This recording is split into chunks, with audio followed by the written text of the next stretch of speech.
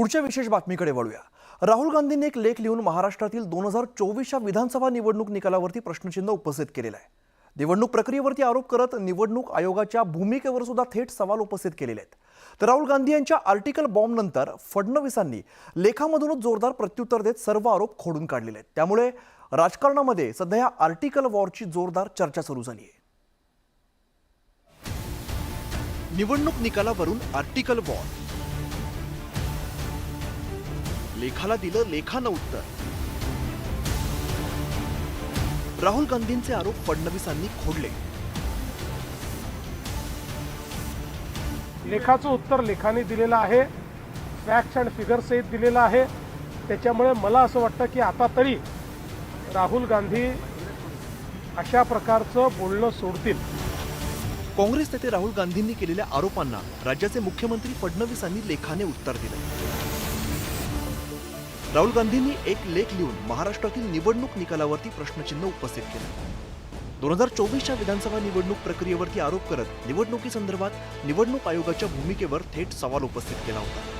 त्याला लेखानेच उत्तर देत फडणवीसांनी राहुल गांधींचा प्रत्येक मुद्दा खोडून काढत उत्तर दिलं। निवडणूक आयुक्तांची एकतर्फी निवड झाल्याचा आरोप राहुल गांधींनी केला होता। याला उत्तर देताना काँग्रेसच्या काळात निवडणूक आयुक्त सरकारने थेटपणे निवडले। 26 पैकी 25 निवडणूक आयुक्त काँग्रेस सरकारने थेट निवडले। पंतप्रधान नरेंद्र मोदींनी विरोधी पक्षनेत्यासह आयुक्त नियुक्तीसाठी आयोग नेमला, असं उत्तर देवेंद्र फडणवीसांनी दिलंय। बनावट मतदाराद्वारे मतदान वाढवण्याचा आरोप राहुल गांधींनी या लेखात केला होता। 2024च्या लोकसभेला 9,29,00,000 मतदार होते। विधानसभेला हाच आकडा 9,70,00,000 पोहोचला।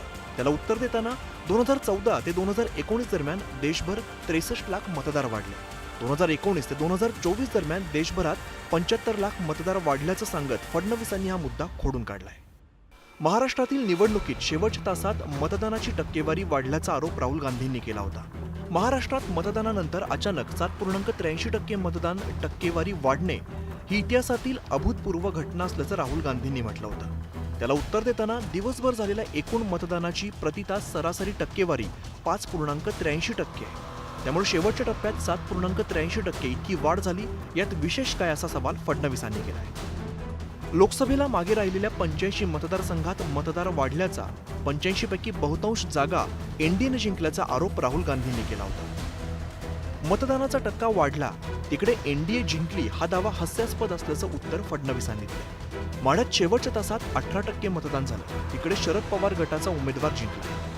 वणीत शेवटच्या तासामध्ये 13% मतदान झालं, तिथे उद्धव ठाकरे गटाचा उमेदवार जिंकला। आणि श्रीरामपूरमध्ये 12% मतदान झालं, तिकडे काँग्रेस विजयी झाल्याची आठवण देवेंद्र फडणवीसांनी करून दिली। राहुल जी को इतना ही कहना चाहूंगा कि ताउम्र राहुल जी आप यही गलती करते रहे, धूल चेहरे पर थी और आईना पूछते रहे। राहुल गांधींनी केलेले आरोप फडणवीसांनी मुद्देसूदपणे उत्तर देत खोडून काढले।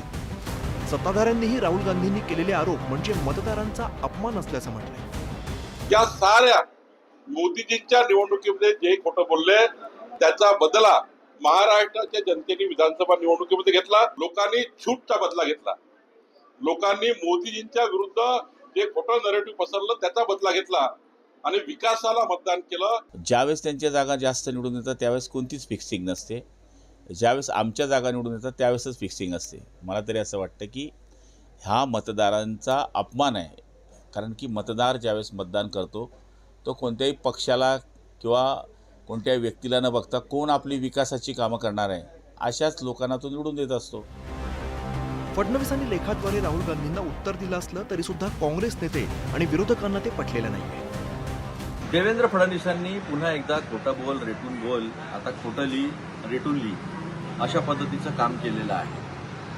त्यांनी सांगितलं की 16 लाख मतं स्वातंत्र्य वाढली, 16 नाही 76 लाख वाढलेली। या सर्व प्रश्नांवर निवडणूक आयोगाने रीतसर मुद्देनिहाय उत्तर देणं अपेक्षित आणि अभिप्रेत होतं व आहे। मात्र काल सांगितल्यानुसार जेव्हा राहुल गांधी लोकशाहीच्या अनुषंगानं आणि वाचवण्याच्या अनुषंगानं टिकवण्याच्या अनुषंगानं काही प्रश्न उपस्थित करतात तर निवडणूक आयोग त्याचं उत्तर देत नाही। त्याचं उत्तर हे देवेंद्र फडणवीस देतात, अमित शहा देतात। देवेंद्र फडणवीसांनी लेख लिहावा, ग्रंथ लिहावा, नवी गीता लिहावी या विषयावर. तुम्ही कसे जिंकलेला आहात?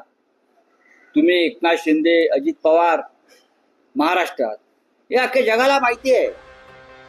महाराष्ट्र विधानसभा निवडणुकीचे निकाल लागून 7 महिने उलटले असले तरी सुद्धा या निकालाच्या वादाचा धुरळा अजून सुद्धा खाली बसत नाहीये. यावरून राहुल गांधींच्या लेखाला फडणवीसांनी लेख लिहून उत्तर दिलंय. एकूणच राहुल गांधींनी केलेले आरोप आणि त्याला फडणवीसांनी लेखाने दिलेलं उत्तर यामुळे राज्याचं राजकारण ढवळून निघालं इतकं नक्की. Bureau report, news 18 Lokmat.